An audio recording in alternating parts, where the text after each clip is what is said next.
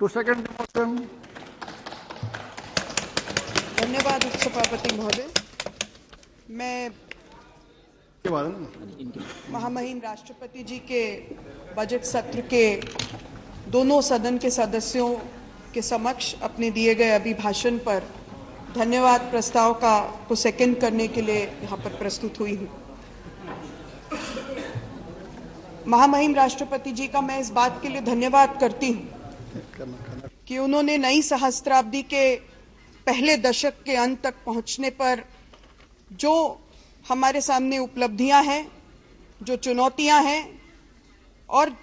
जिन चुनौतियों को हम अपने अवसर के तौर पर देखकर लक्ष्य निर्धारित कर सकते हैं, उसके बारे में अपने अभिभाषण में जिक्र किया। भारत की केंद्र की सरकार आम आदमी के सपनों को साकार करने के उद्देश्य पर प्रतिबद्ध है और आज मैं यहाँ पर महामहिम राष्ट्रपति महोदय जी के भाषण का धन्यवाद करने के लिए जब खड़ी हुई हूँ, तब मैं इस बात को और इस जिम्मेदारी को बखूबी समझती हूँ कि ये वो प्रबुद्ध सदन है जहाँ पर हर पक्ष में एक लंबी विरासत है, चाहे कोई किसी भी पक्ष के हों, किसी भी राजनीतिक विचार के हों। ये हमारे संसदीय लोकतंत्र की मर्यादा और परंपरा रही है कि हमने राष्ट्रपति के अभिभाषण पर जो भी हमें कहना है, चाहे वो विपक्ष के ही दल के ही सदस्य क्यों न हो, हमेशा वो सुझावों के तौर पर आए हैं, हमेशा वो सुझाव के तौर पर विचार दिए गए हैं और उस विरासत को आगे बढ़ाने का मौका आज मुझे उसमें अपनी ओर से अपनी भागीदारी रखने का मौका मुझे मिला। मैं इसके लिए आपकी बहुत आभारी हूं। आज हमारे सामने उपलब्धियां काफी सारी हैं, लेकिन उसके साथ साथ चुनौतियां हैं और ये हमारे ऊपर है कि हम अपनी उन चुनौतियों को कैसे अपने लिए अवसर में परिवर्तित करते हैं। यूपीए के पहले कार्यकाल में और दूसरे कार्यकाल के पहले वर्ष के अंत तक अगर हमारे सामने कोई सबसे बड़ी चुनौती है तो वो है भारत के अभावहीन और भारत के अभावयुक्त जो दोनों हमारे देश के अंदर हमें देखने को मिलते हैं, उसकी खाई को दूर करने की कोशिश। आखिर अभावहीन भारत और अभावयुक्त भारत के बीच में कोई अगर सबसे बड़ी कमी है, कोई सबसे बड़ा अंतर है, तो वो क्या अंतर है? जो लोग गांव में रहते हैं, गांव समाज में रहते हैं, गरीबी में जीते हैं, उनमें और वो लोग जिनके पास शहर में रहने का मौका है, जिनके पास प्रतिस्पर्धा में हिस्सा लेने का मौका है, उनके बीच में अगर कोई बुनियादी अंतर है तो वो अंतर केवल और केवल अवसर का अंतर है। और अगर ये अवसर का अंतर हम दूर कर सकते हैं तो निश्चित तौर पर हम अभावयुक्त और अभावहीन भारत के बीच की जो खाई है उसको पाटने का काम पूरा कर सकते हैं। आखिर हमें चंद शहरों के चकाचौंध पर इतराने का क्या हक है?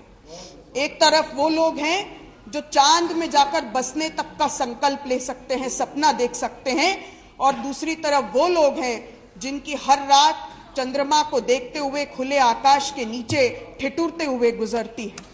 और इन दोनों के बीच में कोई प्रतिभा या योग्यता का अंतर नहीं है। मैं पूरी जिम्मेदारी के भाव के साथ कहना चाहती हूं कि अंतर अगर किसी बात का है तो वो केवल और केवल अवसर का अंतर है। और ये जो अवसर का अंतर है वो उस गरीब व्यक्ति को आज की वैश्विक परिस्थिति में और वैश्विक अर्थव्यवस्था में अपनी ओर से बात करने की तो बहुत ही दूर की बात है, अपनी ओर से अपनी भूमिका को सुनिश्चित करने का अधिकार भी उसको नहीं प्रदान करता। आज सबसे बड़ी उसके सामने कमजोरी क्या है? आज उसके सामने सबसे बड़ी चुनौती क्या है कि वो अपनी सहभागिता को भी सुनिश्चित नहीं कर सकता। आज एक वर्ग ऐसा है जो पूंजी का इस्तेमाल कर सकता है, जिसकी आवाज है, जिसकी आवाज संगठित है और जो अपने आप को, अपनी भागीदारी को सुनिश्चित कर सकता है और इस वैश्विक अर्थव्यवस्था का हिस्सा बन सकता है। लेकिन वो गरीब व्यक्ति इस वैश्विक अर्थव्यवस्था का हिस्सा बनने से लगातार पिछड़ता जाता है और उसी की वजह से लगातार उसमें और उनके पास, जिनके पास साधन है, उनके बीच का अंतर बढ़ता जाता है। महामहिम राष्ट्रपति जी ने इसका जिक्र किया अपने अभिभाषण में, और उन्होंने देश के प्रथम प्रधानमंत्री स्वर्गीय पंडित जवाहरलाल नेहरू जी के भाषण का भी उल्लेख किया, और उन्होंने कहा कि किस तरह से उन्होंने अवसर की असमानता को खत्म करने की बात अपने पहले उद्बोधन में कही थी। मैं यहां पर केवल एक बात कहना चाहती हूं, अगर हम यहां पर ये चाहते हैं कि ये जो गरीब वर्ग के लोग हैं जिनके सामने लगातार विकल्पहीनता की स्थिति है, और ये जो विकल्पहीनता उन्हें लगातार वैश्विक अर्थव्यवस्था से जुड़ने से रोकती है, उस तक उनकी आवाज को पहुंचने नहीं देती, उसको अगर हम ठीक करना चाहते हैं तो वो केवल तब संभव है जबकि हम वास्तव में उस गरीब की पहचान कर लें। आज अगर कोई सबसे बड़ा संकट है, कोई सबसे बड़ी चुनौती हमारे सामने है, तो वो चुनौती इस बात की है कि हम ये तो जानते हैं, हम योजनाएं तो बनाते हैं, हम ये तो जानते हैं कि हमारे गरीब को अगर हमने शिक्षा, स्वास्थ्य की मूलभूत आवश्यकताओं को पूरा करने में मदद की, अगर हमने उसके लिए वैसा वातावरण निर्मित किया, तो निश्चित तौर पर वो भी इस देश को आगे तरक्की के रास्ते पर ले जाने में अपनी ओर से मदद कर सकता है, अपनी भूमिका को सुनिश्चित कर सकता है। लेकिन आखिर ये होगा कैसे? हमारे सामने योजनाएं बनती हैं, योजनाओं के क्रियान्वयन की भी बात होती है, लेकिन किसी भी योजना का क्रियान्वयन तभी हो सकता है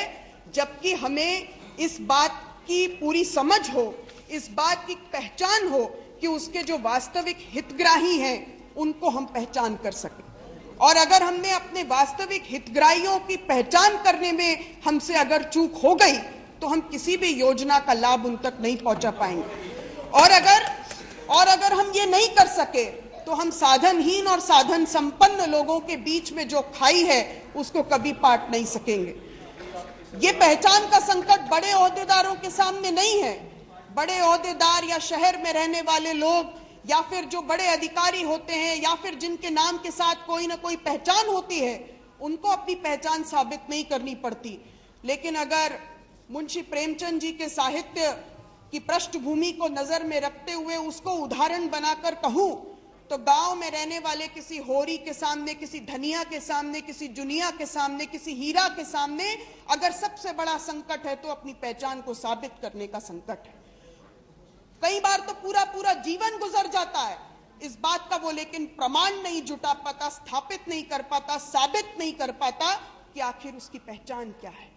और सरकारी विभाग के सामने समस्या ये होती है, चुनौती ये होती है कि बिना सही हितग्राही की परख हुए, पहचान हुए, वो अलग अलग योजनाओं में कैसे लोगों को शामिल करे, कैसे उन तक मदद पहुंचाए। और इसीलिए मैं समझती हूं कि अगर हम चाहते हैं कि हमारे गांव में रहने वाले होरी, धनिया, जुनिया और हीरा को इस वैश्विक अर्थव्यवस्था में जुड़ने का एक मौका मिले, उनको अपनी ओर से उसमें भूमिका निभाने का मौका मिले, तो सबसे पहले उनकी पहचान का स्थापित होना बहुत जरूरी है। और उनकी इस पहचान का संकट